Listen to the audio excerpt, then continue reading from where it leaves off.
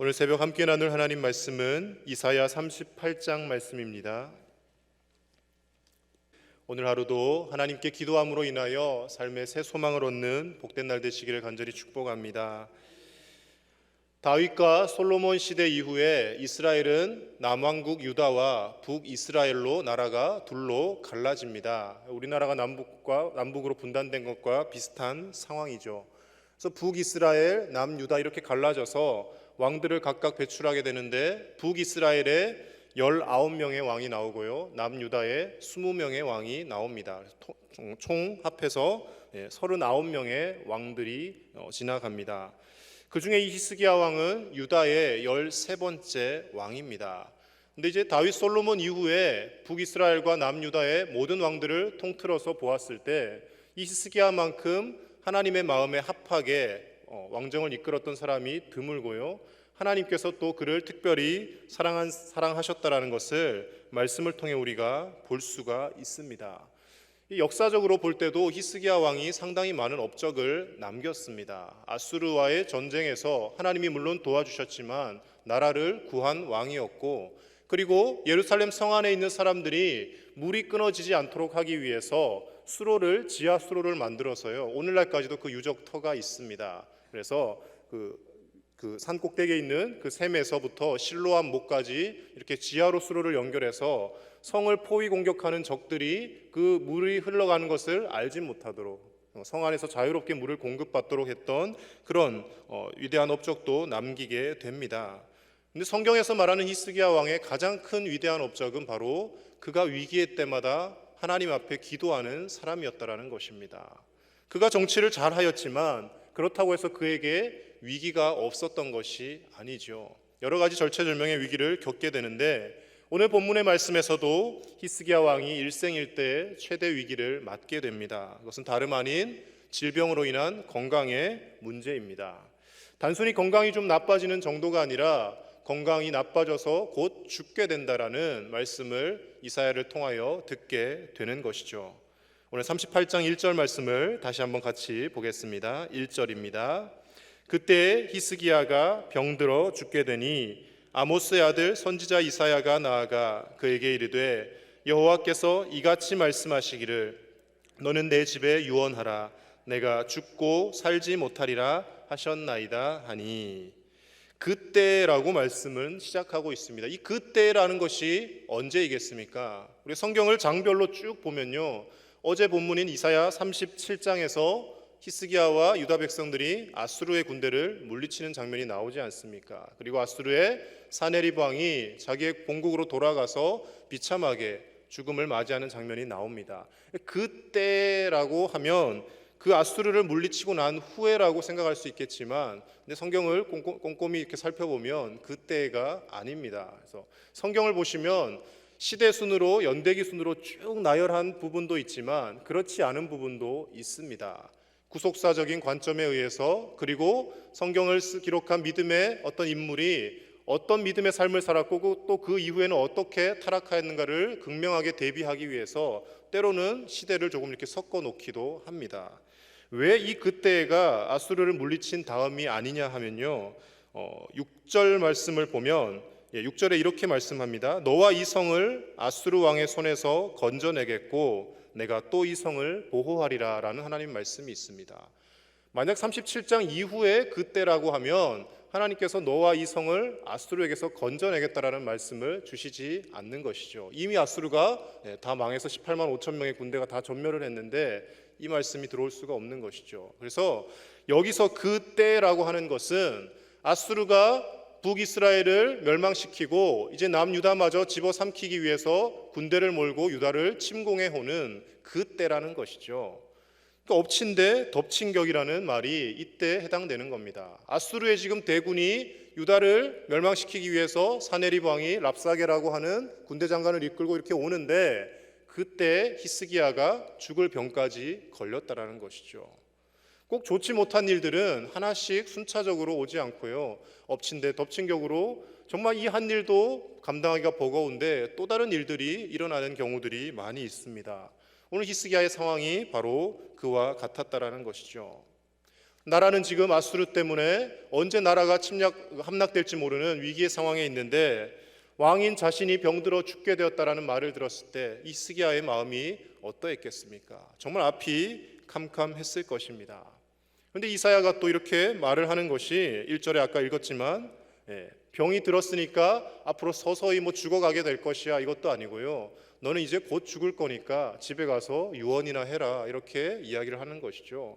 집에 유언을 하라는 것은 오늘 죽을지 내일 죽을지 알 수 없다라는 겁니다. 중한 병에 걸렸다라는 것이죠. 히스기야가 절망스러운 상황을 경험해도 이보다 더 절망스러운 상황이 없었을 것입니다. 그런데 히스기야가 왕위에 오르고 나서 그가 정말 하나님 앞에서 부정한 행위를 하며 하나님 보시기에 많은 죄를 저질러서 이런 병을 얻은 것이 아닙니다. 성경을 보시면 죄의 결과로 인한 심판으로 병에 걸리거나 또 목숨을 잃게 되는 경우도 있지만 의롭게 살아오던 사람도 얼마든지 고난을 당할 수 있더라는 것이죠.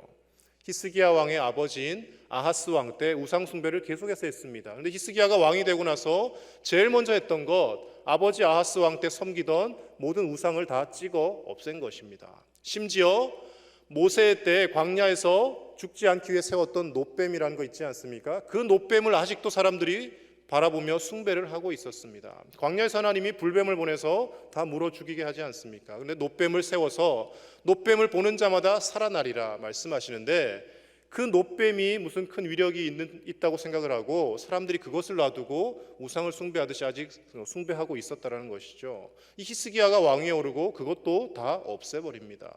하나님이 주신 일시적인 구원의 도구였지 이 놋뱀이 우리를 구원해 주는 것이 아니라는 것이죠. 그래서 놋뱀도 찍어버리고 그것을 느후스단이라고 그렇게 표현합니다. 놋조각일 뿐이라는 것이죠.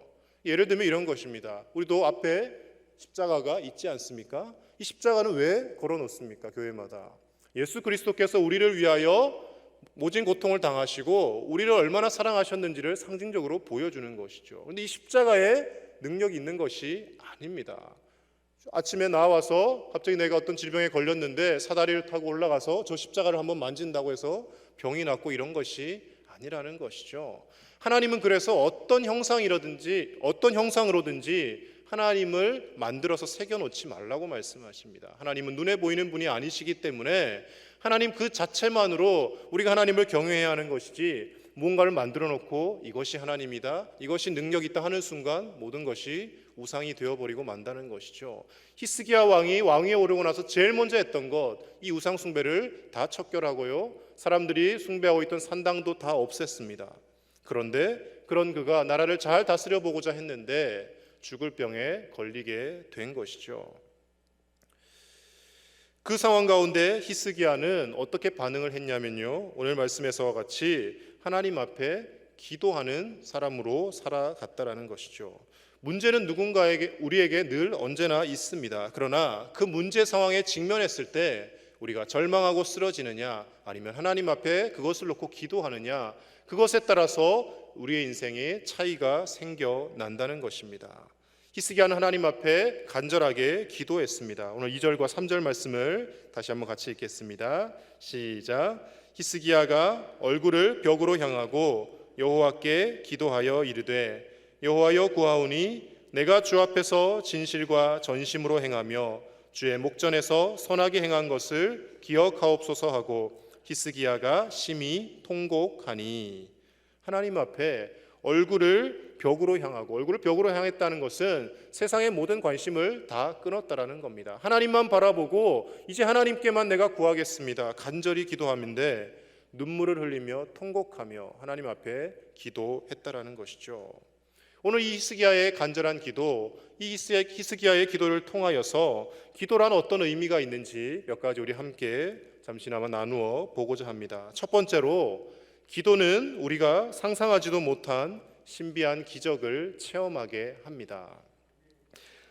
히스기야가 하나님 앞에 간절히 기도하였더니 어떤 결과를 하나님께서 허락해 주십니까? 오늘 38장 4절에서 6절 말씀 같이 보겠습니다.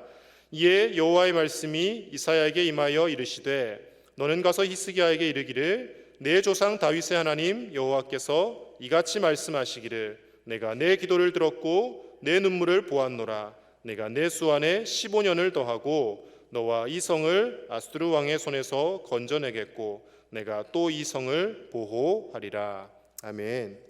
하나님 앞에 간절히 기도하였더니 오늘 내일 죽을 것이다 라고 이사야를 통해 예언했는데 하나님이 몇 년의 삶을 더 연장시켜 주십니까? 15년이라는 시간을 더 허락해 주신다는 것이죠. 놀라운 것은요, 히스기야의 생명을 15년 연장시켜 주는 것뿐만 아니라 지금 유다를 침공해 오고 있는 아수르의 손에서 이 나라까지도 지켜주시겠다고 하나님께서 약속해 주고 계신다는 것이죠. 히스기야의 힘으로, 지금 유다의 군사력으로 아수르를 이길 힘이 없습니다. 히스기야의 건강 상태로 그가 15년이 아니라 1년도 더 살 힘이 없습니다. 그런데 하나님 앞에 간절히 기도했더니 15년이라는 생명을 연장시켜 주셨고 아수르로부터 나라를 지킬 수 있는 놀라운 기적까지 하나님께서 허락해 주셨다는 것이죠. 물론 우리가 하나님 앞에 기도한다고 해서 항상 기적이 일어나는 것은 아닙니다. 기도만 한다고 해서 내가 원했던 대로, 내가 생각했던 대로 하나님께서 모든 것을 다 들어주신다, 그런 하나님은 아니십니다. 그러나 분명한 것은 우리의 기도가, 간절한 기도가 하나님의 뜻에 합당할 때, 하나님이 원하실 때 우리가 때로는 절망의 순간에 있다 할지라도 하나님이 그 기도를 들으시고 상상하지도 못한 놀라운 기적을 우리에게 허락해 주시는 줄로 믿습니다. 그렇기에 우리는 어떤 절망의 상황 속에 있다 할지라도 하나님 앞에 기도할 수 있으면 아직 절망해서는 안 되는 것입니다. 인간의 시각으로 보았을 때는 아무 소망이 없고 이제 더 이상 무언가를 할 수 있는 힘도 없고 여기에서 무언가 이루어진다는 것은 정말 말도 안 되는 소리다라고 생각할지 모르겠지만, 그러나 하나님 앞에 기도하면 하나님은 우리의 생각과 우리의 능력을 뛰어넘는 놀라운 기적으로 우리에게 베풀어 주시는 분이신 줄로 믿습니다. 종교개혁자 마틴 루터가 로마 교황청에 맞서서 정말 종교개혁을 하기 위해 무던히도 애를 썼습니다. 그런데 하루는 정말 한계에 부딪힌 것 같고 아무리 내가 기도하며 애를 써보아도 이것이 종교개혁이 이루어지지 않을 것 같다라고 생각하며 낙심하고 있었습니다. 밤에 잠을 들지 못하고 밤새 고민하며 그렇게 괴로워하고 있는데 갑자기 루터의 아내가 흰 소복을 입고, 그러니까 장례식 때 입는 상복을 입고 나타난 것이죠. 루터가 깜짝 놀라서 아니 갑자기 왜 이런 장례복을 입고 나타났냐고 묻습니다. 그때 아내가 이렇게 이야기했다고 합니다. 당신이 지금 괴로워하는 모습을 보니까 하나님께서 돌아가신 것 같습니다. 하나님께서 살아계시다면 당신이 이렇게 괴로워하지 않을 것 같습니다라고 이야기를 했다는 것이죠. 아무리 힘든 상황이라 할지라도 하나님 앞에 기도할 수 있으면 낙심하지 말라는 그 루터의 아내의 뜻이 담겨 있는 것이죠. 루터가 그 아내의 모습을 보고 깨닫고 힘을 얻어서 다시금 하나님 앞에 기도하며 종교개혁을 완성해 갔다라는 것이죠. 우리의 상황이 아무리 힘든 상황이라 할지라도 우리가 기도할 수 있기에 낙심하지 않을 수 있는 줄로 믿습니다. 하나님의 생각은 우리의 생각과 분명히 다릅니다. 예레미야 33장 3절 말씀에 하나님께서 예레미야 선지자를 통해 우리에게 이렇게 말씀하십니다. 너는 내게 부르짖으라. 내가 내게 응답하겠고 내가 알지 못하는 크고 은밀한 일을 내게 보이리라. 아멘. 하나님 앞에 부르짖을 때 우리가 알지 못하는 크고 은밀한 일을 보여주신다라고 말씀하시는 것입니다. 우리가 다 기대할 수 있는 일, 예상할 수 있는 일, 우리가 이미 알고 있는 대로 하나님이 움직이신다면 우리가 기도하는 맛이 없지 않겠습니까? 우리가 상상도 하지 못했던 일들, 우리가 감히 기대조차 하지 못했던 일들을 하나님 앞에 간절히 부르짖고 기도할 때 하나님께서 이루어 주시는 줄로 믿습니다. 오늘도 그 하나님을 의지하며 기도하며 나아가는 저와 여러분들의 복된 삶이 될 수 있기를 간절히 축복합니다. 두 번째로, 기도는 우리를 겸손하게 만듭니다. 오늘 38장 16절 말씀 같이 읽습니다. 16절입니다. 주여, 사람이 사는 것이 이에 있고 내 심령의 생명도 온전히 거기에 있사오니 원하건대 나를 치료하시며 나를 살려 주옵소서. 아멘.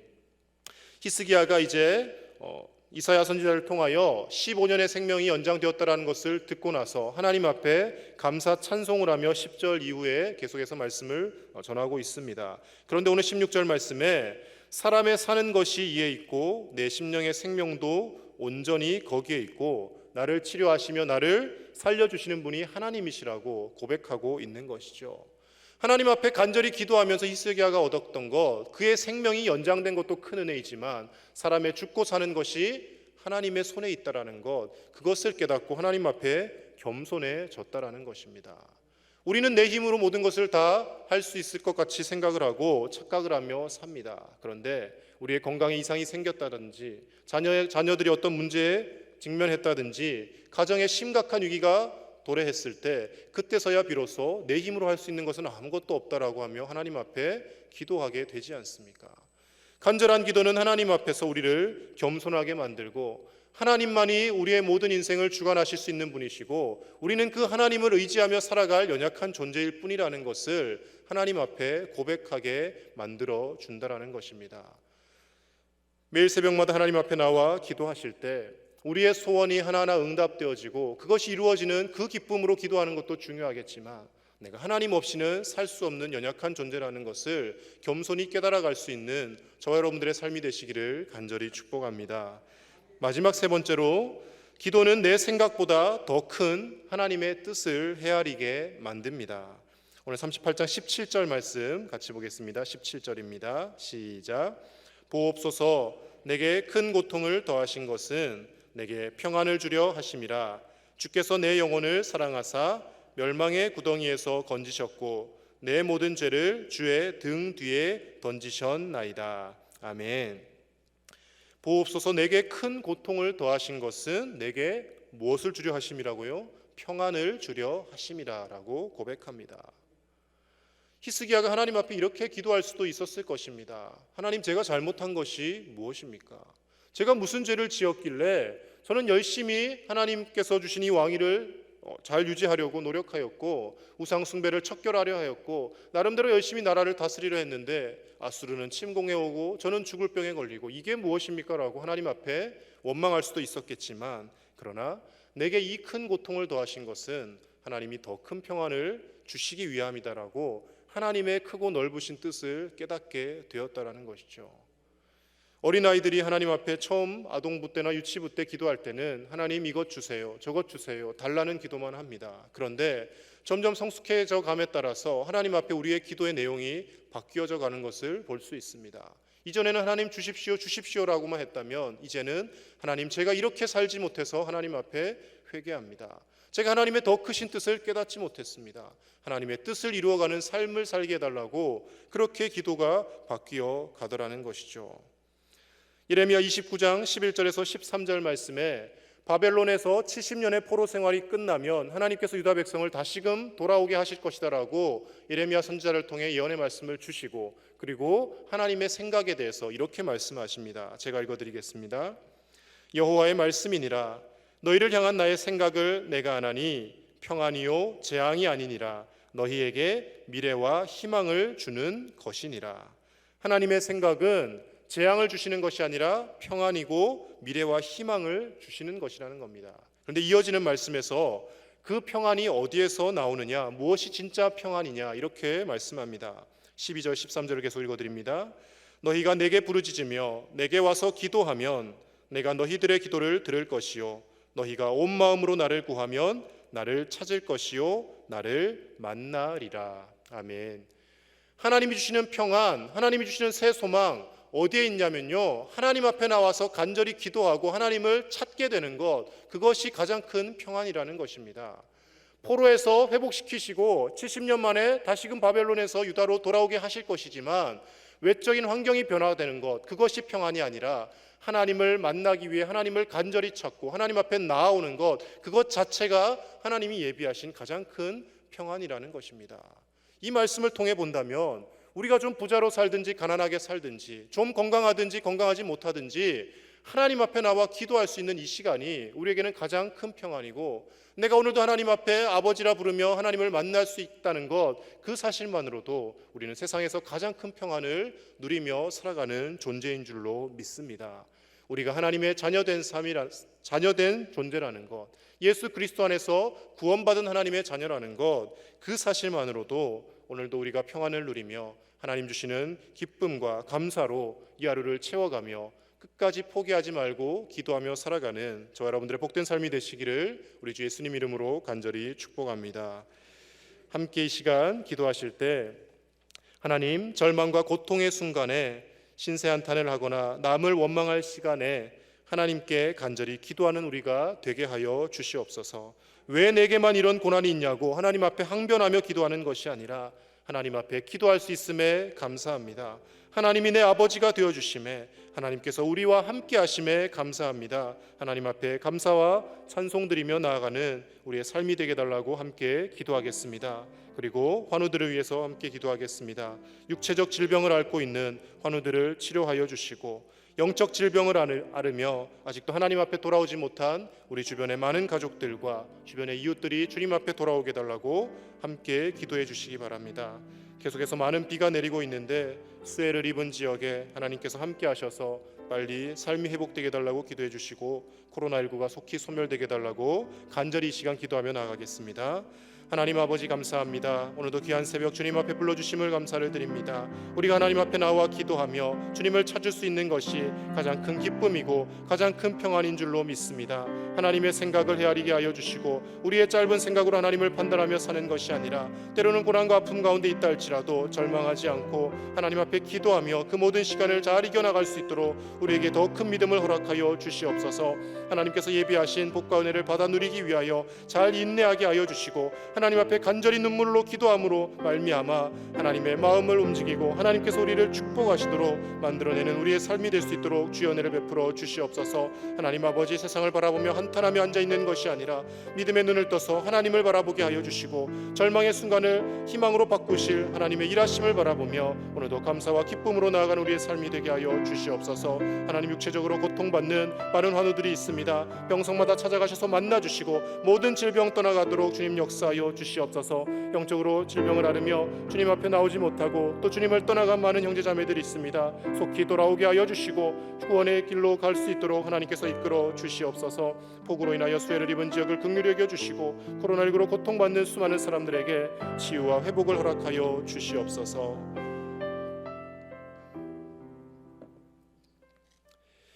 하나님 감사합니다. 어렵고 힘든 시기를 살아가고 있지만 하나님을 아버지라 부르며 아버지 앞에 나와 날마다 기도할 수 있도록 허락하심에 감사를 드립니다. 하나님 앞에 기도할 수 있기에 어떤 힘들고 어려운 상황 가운데서도 낙심하지 않게 하여 주시고, 하나님 앞에 기도함으로 인하여 우리가 생각하지도 못했던 놀라운 기적들을 이루어가며 살아가는 복된 인생 되어지게 하여 주시옵소서. 때로는 내 생각대로 내 기대대로 하나님께서 이루어 주시지 않는다 할지라도 우리의 생각보다 더 크고 넓으신 하나님의 뜻을 헤아리게 하시며 하나님의 뜻에 순종하며 나아가는 우리의 삶이 될 수 있도록 더 큰 믿음을 허락하여 주시옵소서. 육체적 질병으로 인하여 고통받는 환우들을 기억하여 주시고, 병성마다 찾아가셔서 주님 만나주시고 주님의 보혈로 씻어주셔서 강건하게 회복하여 다시금 주님 앞에 나와 함께 예배할 수 있도록 은혜를 베풀어 주시옵소서. 마음이 아프고 영적으로 병든 자들도 있습니다. 하나님 아버지, 다시금 주님 앞에 돌아오게 하여 주시고 예수 그리스도를 온전히 영접함으로 인하여 구원의 길로 나아갈 수 있도록 주님 붙들어 주시옵소서. 폭우로 인하여 고통받고 있는 땅들 위에 하나님 은혜를 베풀어 주시고 속히 삶의 터전이 회복되게 하여 주시며 주의 사랑의 손길이 전해질 수 있도록 도와주시고, 코로나19로 고통받는 온 세계 위에 하나님의 평안과 치유와 회복을 허락하여 주시옵소서. 오늘 하루도 주님과 동행하는 복된 하루 되게 하실 줄 믿사오며 우리 주 예수님의 이름으로 기도드립니다. 아멘.